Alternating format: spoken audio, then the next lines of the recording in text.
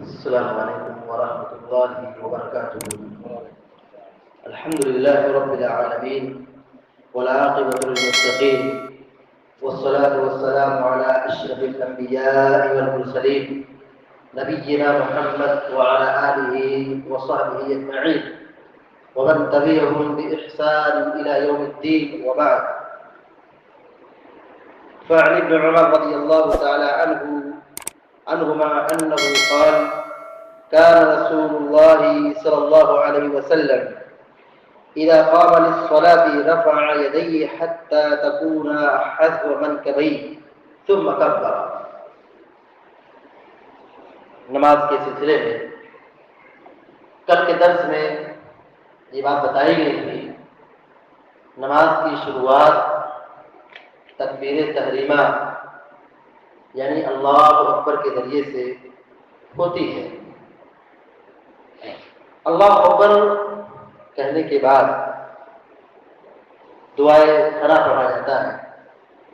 دعائے ثنا ہم سب جانتے ہیں، اس میں بہت ساری دعائیں ہیں۔ جو سب سے معروف اور مشہور دعا ہے اللہم باعد بینی وبین خطایای، یہ دعا یہ بڑی معروف دعا ہے، اور اس دعا کے اندر جو صیغہ استعمال کیا گیا ہے، جو لفظ استعمال کیا گیا ہے، اس کے معنی اور مفہوم کو سمجھ لینے کے بعد انسان اس دعا کی خاص طور سے پابندی کرتا ہے۔ آئیے اس دعا کا مطلب سمجھتے ہیں، اس کا ترجمہ سمجھتے ہیں۔ اللہ کے نبی علیہ السلام یہ دعا پڑھتے تھے: اللہم باعد بینی وبین خطایا، اے اللہ تو میرے اور میرے گناہوں کے درمیان دوری کر دے۔ کتنی دوری؟ کہا کما باعدت بین المشرق والمغرب، اتنی دوری کر دے جتنا کہ مشرق اور مغرب کے درمیان گیپ ہے، جتنی کی دوری اور مسافت ہے۔ کتنی دوری ہے ہم اس کا اندازہ نہیں لگا سکتے۔ اللہم نقنی من خطایای، اے اللہ تو میری خطاؤں کو، گناہوں کو دھل دے، صاف کر دے۔ کما ینقی الثوب الابیض من الدنس، جیسے کہ سفید کپڑے کو گندگی سے صاف کر دیا جاتا ہے، یعنی آلہ ہو، پانی ہو، سفید کپڑا گندا ہو گیا، اس کو دھل دیا جائے تو سفید کپڑا بالکل صاف ہو جاتا ہے، چمکنے لگتا ہے۔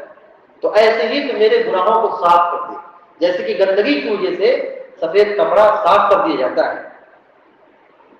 اللہم اغسلنی من خطایای، اے اللہ تو میرے گناہوں کو معاف کر دے، دھل دے، دور کر دے، بالثلج، برف سے، والماء، اور پانی سے، والبرد، اور اولے سے۔ برف سے اور اولے سے اور پانی سے تو میرے گناہوں کو پاک کر دے، صاف کر دے۔ علامہ ابن قیم رحمۃ اللہ علیہ اس دعا کے سلسلے میں کہتے ہیں کہ میرے گناہوں کو معاف کر دے پانی سے، برف اور اولے سے۔ کیا مطلب ہے؟ مطلب ہے کہ گناہ کے اندر بڑی گرمی ہوتی ہے، بڑی حرارت ہوتی ہے، بڑی تیزابی ہوتی ہے، انسان کے اندر جوش اور شہوت بالکل بھڑک اٹھتی ہے، تو گرمی ہوتی ہے۔ اس گرمی کو دور کرنے کے لیے 3 لفظ استعمال کیا گیا ہے: برف، پانی، اولا۔ تینوں ایک ہی چیز ہے، پانی کا حصہ ہے، برف پانی کا حصہ ہے، اولا پانی ہے۔ لیکن گناہوں کی مغفرت کے لیے اللہ کے نبی علیہ السلام 3 ورڈ استعمال کرتے تھے۔ اس کی وجہ کیا ہے؟ کیونکہ گناہ میں تیزابیت، حرارت اور شہوت کا بھڑکنا جب ہوتا ہے، اس کو دور کرنے کے لیے، ٹھنڈا کرنے کے لیے یہاں پہ 3 سے کا استعمال کیا۔ پانی بھی ٹھنڈا ہے، اولا بھی ٹھنڈا ہے، برف بھی ٹھنڈا ہے۔ یہ آپ صلی اللہ علیہ وسلم دعا پڑھتے تھے سورہ فاتحہ سے پہلے۔ اس دعا کو دعا الاستفتاح کہا جاتا ہے۔ اچھا، ایک بات اور تھی جس کو بیان کرنی تھی، وہ یہ کہ اللہ اکبر جب ہم کہیں گے تو اس کو کیسے ہاتھ اٹھانا ہے، کتنا اٹھانا ہے۔ اس سلسلے میں عبداللہ بن عمر رضی اللہ تعالیٰ عنہ کی مشہور روایت ہے، وہ کہتے ہیں کہ کان رسول اللہ صلی اللہ علیہ وسلم اذا قام للصلاة رفع یدیہ، کہ آپ نماز میں جب کھڑے ہوتے تھے تو اپنے دونوں ہاتھوں کو اٹھاتے تھے کتنا؟ حتی تکون حذو منکبی، اپنے دونوں ہاتھوں کو کندھے تک اٹھاتے تھے یا کان کے بالمقابل اٹھاتے تھے. کان چھونا نہیں، کان پکڑنا نہیں ہے. سنت اور حدیث سے جو لفظ استعمال ہوا ہے وہ یہ کہ کندھے کے بالمقابل اپنے دونوں ہاتھوں کو آپ اٹھاتے تھے. یہی طریقہ ہے. بہت سارے لوگ نماز پڑھنے کے لیے کھڑے ہوں گے تو ان کا ہاتھ سینے کے برابر رہتا ہے یا سینے سے نیچے رہتا ہے. رفع الیدین کریں گے، رکوع سے اٹھیں گے تو بس ہاتھ سے اشارہ کریں گے، غلط طریقہ. نبی کریم صلی اللہ علیہ وسلم رفع الیدین کیسے کرتے تھے، اپنے ہاتھ کو کیسے اٹھاتے تھے؟ راوی حدیث بیان کرتے ہیں حتی تکون حذو منکبی، یہاں تک کہ اپنے دونوں ہاتھوں کو کندھے کے بالمقابل اٹھاتے تھے. بلند کرنا ہے، کان پکڑنا نہیں ہے، کان چھونا نہیں ہے. کان کے بالمقابل یا کندھے کے بالمقابل آپ صلی اللہ علیہ وسلم نے دونوں ہاتھوں کو اٹھایا کرتے تھے. اس تکبیر تحریمہ کے بعد ہماری کیا ذمہ داری بنتی ہے؟ ذمہ داری یہ بنتی ہے کہ اس دعا کو پڑھیں. دعا الاستفتاح جس کو کہا جاتا ہے، اس کا پڑھنا مسنون ہے، مستحب ہے. اگر کوئی آدمی نہ پڑھے، اعوذ باللہ اور بسم اللہ پڑھ کر کے سورہ فاتحہ پڑھنا شروع کرتے اس کی نماز ہو جائے. لیکن اس کو پڑھنا چاہیے. اس کے اندر جو صیغہ استعمال کیا گیا ہے بہت جامع ہے، بڑی شاندار دعا ہے. تکبیر تحریمہ کی بڑی فضیلت ہے. بہت سارے لوگ مسجد میں آتے ہیں، امام نماز میں داخل ہو چکا ہے، لیکن لوگ کیا کرتے ہیں؟ باتیں کرتے ہیں، پیچھے رہتے ہیں. صف اول کی فضیلت ہے، تکبیر تحریمہ کی فضیلت ہے.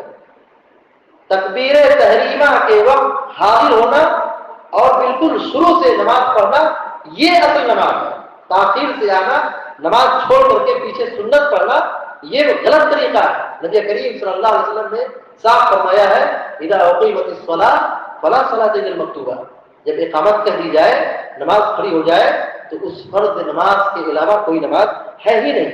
لہذا تکبیر تحریمہ کا اہتمام کرنا، اول ہی سے نماز میں حاضر ہونا اور شروع سے نماز کی پابندی کرنا یہ بہت ہی اہم چیز ہے. تاکہ اس کا فائدہ کیا ہوگا؟ دعا الاستفتاح ہم پڑھ لیں گے. امام کے ساتھ جب ہم نماز پڑھیں گے اور شروع سے نماز پڑھیں گے، تکبیر تحریمہ کے ساتھ پڑھیں گے، اس کا فائدہ کیا ہوگا کہ ہم دعا الاستفتاح کو پڑھ لیں گے. اور اس میں جو جامعیت ہے کہ اے اللہ تو میرے گناہوں کو معاف کر دے اور میرے اور گناہوں کے درمیان دوری کر دے، جیسا کہ مشرق اور مغرب کے درمیان فاصلہ ہے، اور تو میرے گناہوں کو دھل دے پانی سے، برف سے، اولے سے. یہ فضیلت اور یہ سعادت کب حاصل ہوگی؟ جب ہم امام کے ساتھ تکبیر تحریمہ کے ساتھ نماز پڑھیں گے. رب العالمین دعا کہ اللہ تعالی ہم سب کو علم نافع عطا فرمائے اور سنت اور شریعت کے مطابق عمل کرنے کی توفیق عطا فرمائے. آمین یا رب العالمین. اقول قولی هذا واستغفر الله لي ولكم لسائر المسلمين فاستغفروه انه هو الغفور الرحيم. وصلى الله على نبينا محمد وعلى اله وصحبه اجمعين. والسلام عليكم ورحمه الله وبركاته.